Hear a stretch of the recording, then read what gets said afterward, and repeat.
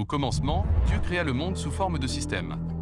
Celui qui soutient tout par sa parole puissante utilisa ses capacités parfaites pour différencier les éléments et les grouper selon sa sagesse.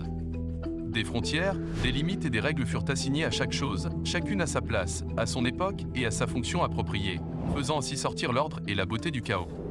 Puis il confia aux humains le rôle de gestionnaire ou intendant de cet environnement, ils furent créés pour soutenir leur vie.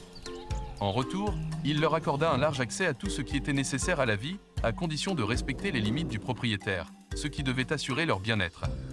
Les intendants détiennent un pouvoir, mais celui-ci n'est pas absolu. À moins d'y être autorisés par le propriétaire, ils ne peuvent décider, par exemple, de vendre l'entreprise du propriétaire ou d'amener chez eux ce qui appartient à celui-ci. Il en était de même dans le jardin, dans lequel une restriction précise rappelait aux intendants qu'ils n'étaient pas propriétaires. Cet endroit restreint était aussi le seul lieu où Satan pouvait les séduire. S'abstenir de manger de ce fruit était le test qui allait révéler leur gratitude et leur loyauté envers Dieu, ainsi que leur confiance en sa bonté. S'abstenir de manger de la dîme est aujourd'hui le test de notre gratitude et de notre loyauté envers lui, ainsi que de notre confiance dans la capacité et la disposition divine de nous fournir ce qui nous est nécessaire. Alors qu'ils jouissaient d'une abondance de toutes sortes de bonnes choses, les premiers intendants s'aventurèrent tout près de l'arbre défendu. Trompés par le grand menteur, ils finirent par utiliser pour eux-mêmes la part réservée à Dieu.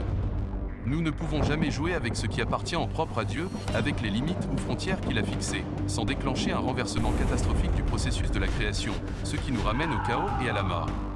En lui manquant de confiance, ils perdirent le droit à ce qui appartenait aux propriétaires et à leurs avantages spéciaux.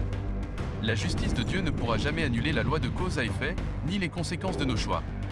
Mais l'amour de Dieu l'amena à s'offrir lui-même comme substitut, ce qui fit retomber sur lui toutes ses conséquences, la déchirure, la souffrance, le chaos et la mort.